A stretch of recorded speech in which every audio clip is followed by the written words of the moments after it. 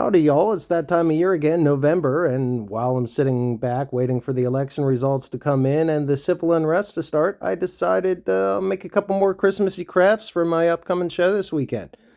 And so I got a couple of pieces of Hollywood here. Nothing's more appropriate for this particular Christmas craft, not only for its pure creamy white color, but also for its association with the winter season, being one of the few leaf bearing evergreen trees. Fun facts.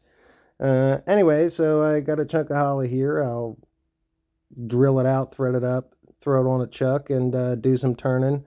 Then on the top of this thing, I'll cut a little tenon out for some added strength. Like to make sure this thing's extra strong. And here we got some small pieces of walnut. Drill it out to fit that little tenon. Glue her on there and start turning away the upper part of this thing. I think you know where I'm going with this. Could be a crazy Alice in Wonderland Mad Hatter. No, it's actually a cute little snowman, perfect for your holiday wine enjoyment. So get her all shaped up, lots of sanding.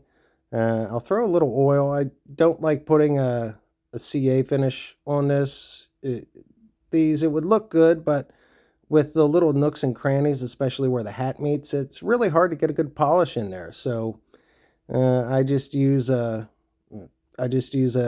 tung oil varnish on these. Just gives it the indication that it was finished, but without a whole lot of ado. I think these things look better a little on the plain side. Glue the stopper bases on in there with some epoxy, and then in the end, this is what they look like. Very cute. Thanks for watching.